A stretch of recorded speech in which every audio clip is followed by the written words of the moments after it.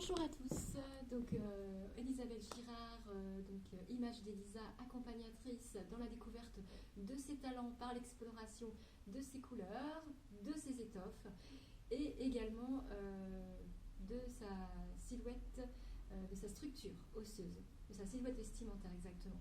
Aujourd'hui j'avais envie de vous montrer en fait comment se passe un accompagnement avec mon cher ami là, qui est à côté de moi, pour vous montrer un petit peu comment se passe un déroulement d'accompagnement, de prestations, comment ça se déroule en quelques minutes. Là, je vais vous exposer ça.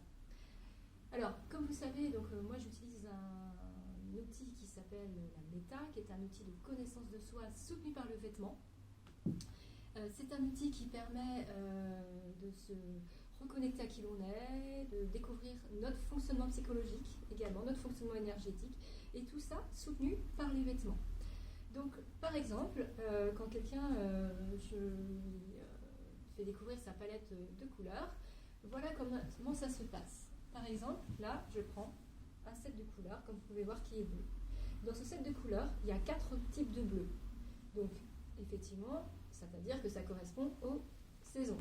Par exemple, là, vous avez un bleu hiver. Là, vous avez un bleu été. Donc, qui sont hiver et été des couleurs plutôt froides ou argentées. Ça c'est une histoire de vocabulaire. Là, vous avez un bleu printemps. Et là, vous avez un bleu automne. D'accord ? Alors, concrètement, comment ça se passe ? Je vais prendre monsieur le mannequin. Et là, ou madame, pardon, monsieur. Alors, là, par exemple, vous voyez, je passe le tissu bleu hiver. Bon, en règle générale, toujours en fait, ce que je fais, je ne dis pas les saisons avant. Je laisse vraiment la personne découvrir par elle-même. Elle prend le temps vraiment d'explorer sur elle. Au préalable, c'est vrai que moi-même, je l'ai observé dans son regard, dans son visage, parce que dans le regard, on perçoit des choses. Voilà, mais c'est vrai que je laisse le temps aussi à la personne d'observer l'effet de la couleur sur son visage. Ensuite, une fois qu'elle a regardé ça, je lui passe une deuxième couleur, voilà, que je superpose. Donc là, qui est un bleu été. Donc là, du coup, on a 2 couleurs argentées. Voilà. Et après, par exemple, je lui place un bleu automne. Voilà. Et ça lui permet de voir exactement ce que ça rend sur elle. Voilà. Ensuite, le bleu printemps. Voilà, par exemple. Et donc, ensuite, on fait ça pour chaque à peu près couleur jusqu'à ce qu'on détermine, on fonctionne en fait par élimination jusqu'à ce qu'on détermine vraiment si ce sont dans un premier temps les couleurs argentées ou les couleurs dorées qui lui vont. Tout ça c'est lié à sa carnation de peau naturelle, on se base vraiment sur les caractéristiques physiques naturelles de la personne. Il faut savoir qu'on ne peut pas être, par rapport à tout ce qu'on entend, on ne peut pas être de 2 saisons, c'est pas possible. C'est comme si vous diriez je suis un homme et une femme à la fois, c'est pas possible. C'est comme si vous diriez sinon je suis petite et grande à la fois, ce n'est pas possible. C'est soit vous êtes petite, soit vous êtes grande, soit vous êtes un homme, soit vous êtes une femme. Là c'est pareil. Vous ne pouvez pas de 2 saisons, c'est pas possible. Énergétiquement, c'est incompatible. D'accord ? Et il faut savoir que les couleurs qui vous vont, c'est toute l'année qu'il faut toute l'année comment dirais-je, que vous pouvez les porter. Bien au contraire, puisque ça vous permet aussi d'être bien dans votre corps. Ensuite, là c'était pour le test du rayonnement. Donc soit la personne elle est automne, elle est printemps, elle est été ou elle est hiver. Et là, à partir de là, je lui détermine son fonctionnement psychologique qui est lié donc à sa palette de couleurs. En fait, chaque saison a un fonctionnement psychologique et pour ça, on se base par rapport en fait, à la nature, comment elle fonctionne. Par exemple, l'automne, on sait que c'est la récolte, l'approvisionnement, l'abondance. Donc, c'est à savoir que les personnes qui sont automnes ont ces caractéristiques chez elles dans leur fonctionnement naturel et psychologique. C'est-à-dire que par exemple, ça va être des personnes qui vont aimer, qui aiment beaucoup, qui sont très dans l'aide, le soin et le soutien par exemple. Donc elles vont être plus là pour accompagner les personnes, à guider des personnes, à les soutenir dans leurs projets par exemple. Bien sûr, il faut mettre ses limites, c'est comme tout. Mais ce sont des personnes qui vont être très attirées par tout ce qui est donner aux autres, transmettre, soutenir une cause, par exemple. Donc là, je prends l'exemple de l'automne, mais ça pourrait être aussi d'autres saisons. Je ne vais pas tout vous dire sur cette vidéo, à vous de venir me voir pour découvrir tout ça. Sinon, ensuite, il y a aussi également le test, de la détermination de son mouvement. Donc, il parle de son énergie, de sa manière de bouger, avec quelle énergie je bouge. Est-ce que c'est le feu? Est-ce que c'est l'air? Est-ce que c'est la terre? Est-ce que c'est l'eau? Ça, comment on le détermine? Alors, pareil, je dis à la personne quand elle vient me voir de bouger dans la pièce, par exemple, donc je vais l'observer dans sa démarche, dans sa manière de parler. Est-ce qu'elle parle rapidement? Est-ce qu'elle a un débit plutôt rythmé? Dans sa posture, est-ce qu'elle fait des gestes? Voilà, tout ça, ça donne des indications. Donc, je ne lui dis rien sur ce qu'elle perçoit. Ensuite, on fait également, elle passe ensuite au test des matières. Donc là, vous ne les voyez pas, mais qui sont à côté de moi. On fait le test des matières qui permet justement de découvrir les matières qui lui vont parfaitement. Donc là, c'est pareil. La personne essaie différents types de matières. Donc là, par exemple, je prends celle-ci, qui correspond plutôt donc à une matière. On parle aussi inis à air. Donc inis, c'est-à-dire le feu, à air, c'est l'air, pardon. Donc là, qui est plutôt feu-air. Donc, par exemple, la personne va passer sur elle, soit en robe ou soit en cape. Ça peut être différentes manières. Par exemple, elle peut très bien, passer sa cape, voilà, comme ça. Donc, normalement, elle est en petit caraco. Je lui demande d'emmener un petit caraco pour qu'elle puisse vraiment sentir la matière sur elle. Et pareil, donc sans bouger au départ, elle prend le temps d'observer la matière sur elle, de savoir comment elle se sent. Et ensuite, je lui demande de bouger avec cette matière-là, de voir si le vêtement suit ses mouvements, si les vêtements, elle sent que ça fait partie d'elle. Alors, pareil, c'est comme pour les couleurs, je lui laisse de la place pour explorer, pour écouter ses ressentis. C'est pas moi qui vais lui dire il faut que tu mettes ça, non, on n'est pas là-dedans. On est vraiment, ça part du corps. La méta, on est vraiment dans une méthode qui part du corps et du ressenti de la personne, bien sûr. Après, moi, je suis là pour l'accompagner dans son exploration, lui laisser du temps, la guider, bien sûr, en lui posant des questions. Mais le principal, c'est que ça vienne d'elle. Voilà, tout simplement. Donc ça, c'était pour les matières. Donc le mouvement qui parle du coup de sa gestion émotionnelle, de comment on gère une émotion, comment on la gère, avec quelle capacité on a pour gérer ses émotions. Et donc ça, c'est soutenu, comme on disait, par les matières de vêtements. Ensuite, nous allons passer à la structure. Alors, la structure, communément, c'est-à-dire la structure osseuse. Alors, comme vous pouvez voir, dans la méta, nous ne parlons pas de morphologie.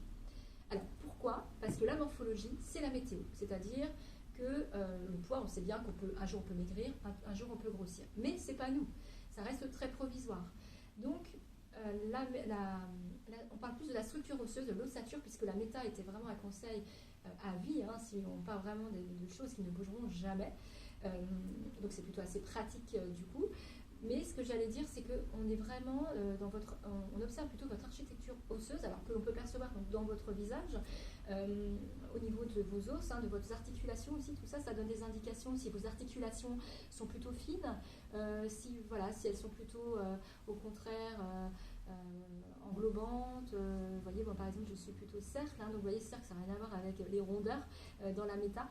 C'est-à-dire que par exemple, entre mon poignet et mon poignet, on va dire, et mon bras, il y a une continuité, tout est englobé.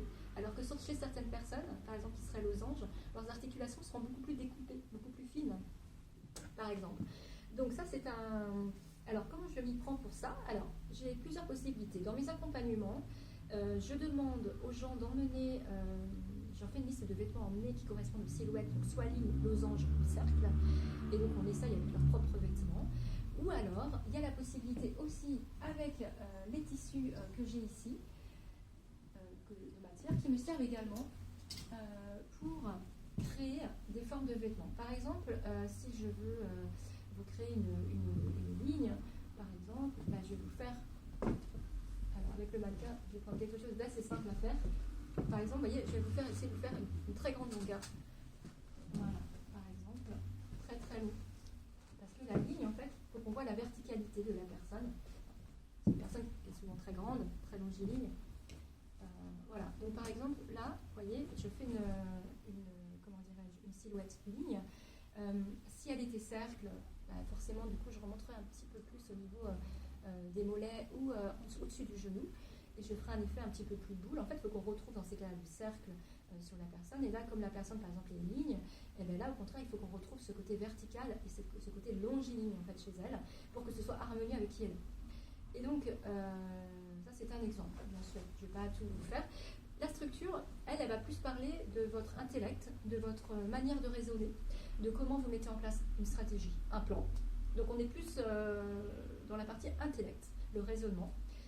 Et ben, tout ça, ça vous permet, effectivement, la méta, une fois que vous savez tout ça, ben, ça vous permet de mieux vous comprendre, de prendre confiance en vous, éventuellement, si des fois vous avez des doutes sur votre personnalité. Ça vous permet également de savoir, de gagner du temps aussi sur votre orientation, sur ce que vous voulez faire. Pas perdre de temps inutile à chercher pourquoi je suis comme ça, je comprends pas cette attitude chez moi. Enfin voilà, on est vraiment, en fait, ça permet vraiment de mettre des mots en fait sur peut-être des fois des choses que l'on ne comprend pas dans notre personnalité ou notre caractère. Donc c'est une méthode qui est vraiment un outil qui peut être utilisé dans différents domaines, aussi bien dans le milieu professionnel, dans les entreprises, pour justement tout ce qui est recrutement par exemple. Pour aussi, c'est une méthode qui peut aider aussi où placer les gens dans une entreprise pour que justement ils s'épanouissent dans ce qu'ils font. Ça c'est très important aussi. Ça peut être aussi également à titre personnel bien sûr. Ça peut être quand on est un outil qui peut être utile quand on est en recherche d'emploi et que l'on ne sait pas trop qui on est, tout ça, ça peut aider aussi. Il y a beaucoup, en fait, la méta, on peut l'utiliser aussi bien, même pour les enfants. Moi, je trouve que c'est quelque chose qui peut être très intéressant à utiliser même dans les écoles, puisque la méta est un outil qui permet de découvrir justement ses talents, ses dons, ses compétences innées. Et c'est quelque chose, je trouve, qui est très important de nos jours, de sensibiliser les jeunes et les enfants à ça, à se connaître, à découvrir leurs talents, leurs dons et leurs compétences, pour justement qu'ils gagnent du temps pour plus tard, qu'ils gagnent du temps dans leur orientation et qu'ils acceptent leur nature et qui ils sont, tout simplement, puisque en fait on est tous forcément différents, on a tous des fonctionnements différents et donc la société des fois n'est pas toujours adaptée à ça, mais ça ne veut pas dire qu'on est quelqu'un d'inférieur ou supérieur à quelqu'un d'autre. Voilà, on est tous, en fait, on a tous des talents différents et c'est ça justement qui est riche et qu'on devrait justement, je trouve, utiliser pour rassembler tous ces talents pour faire quelque chose de beau et de magnifique dans nos sociétés, puisqu'on a besoin de chacun pour construire. Voilà, on a besoin des qualités, des compétences, des talents de chacun. Voilà, il n'y a pas quelqu'un de plus intelligent que l'autre, c'est qu'on a juste des fonctionnements différents, mais qui au contraire qui peuvent être très complémentaires et très riches d'enseignements. Voilà pour ça aujourd'hui, donc j'avais envie de faire cette vidéo explicative un peu plus concrète que d'habitude. J'espère que cela vous aura plu, que cela vous aura que vous aurez mieux compris un petit peu comment je fonctionne avec la méta, qui est un outil qui est encore pionnier et donc mais qui mérite d'être connu par beaucoup de monde. Donc je vous souhaite en tout cas une très belle journée et je vous dis à très bientôt. Je vous embrasse. Au revoir.